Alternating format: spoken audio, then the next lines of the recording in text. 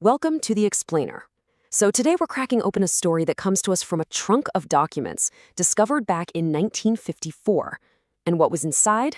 Well, it wasn't just a piece of history. It was a story of profound psychological horror, a blueprint for a prison with no walls at all. Let's dive right in. This whole thing starts with a discovery that pointed to a deeply disturbing historical mystery. I mean, an anomaly that, on the surface, just shouldn't have been possible. Okay, think about this for a second. For 43 years, a place called Willowbrook Plantation stood out as a complete and utter anomaly. In an era where enslaved people were risking everything for a shot at freedom, this place, with no chains, no patrols, not even any dogs, had zero recorded escape attempts. Not one. So that's the big question, right? How could that possibly be? Well, the documents found in that sealed trunk finally gave us the terrifying answer. It was a kind of prison that had nothing to do with locks and chains. It all comes down to one man, Thomas Vance. When he showed up in 1797, he had this chillingly modern idea. He didn't see traditional slavery as immoral. No, he saw it as inefficient. All the force, the patrols, the punishments, he just saw it as a total waste of resources. And people knew his ideas were out there.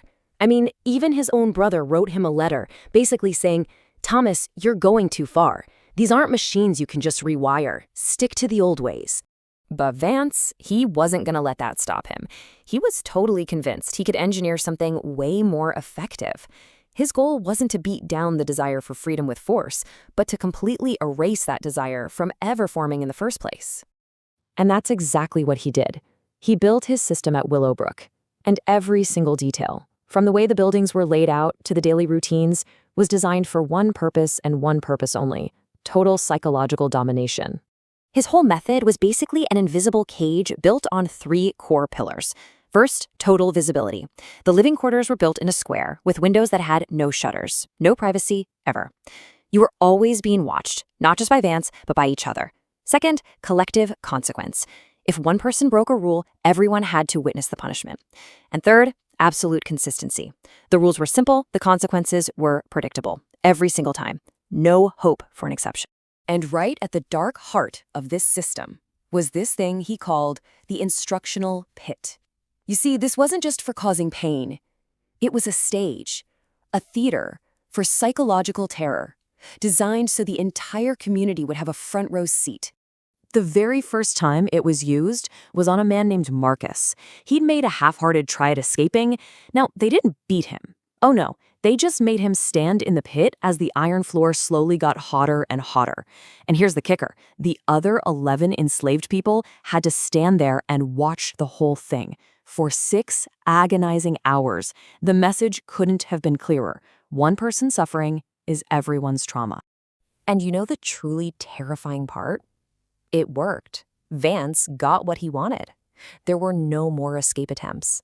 But the price for that perfect, silent obedience was absolutely devastating.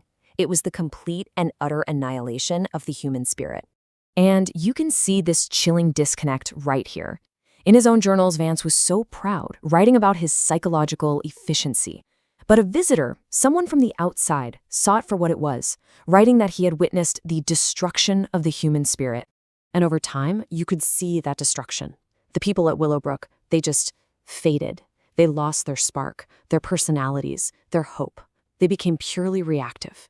Observers describe them not as people, but as empty shells, mechanisms, who worked in this creepy, oppressive silence that they said felt like death.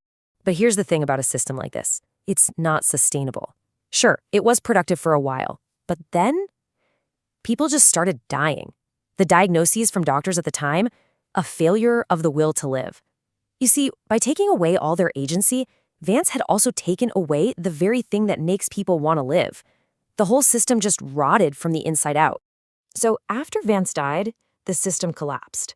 The people he'd imprisoned were sold off. But for most of them, it was too late.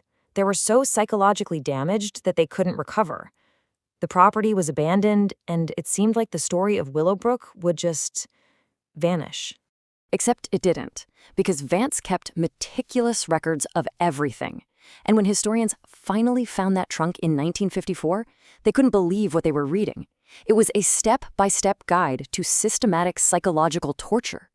Psychologists today would call it a textbook case of learned helplessness and totalitarian control, written decades before we even had those words. So even when they were physically free from Willowbrook, that mental prison Vance had built, it stayed with them for life. Most of them never escaped. The long-term residents were just described as human shells.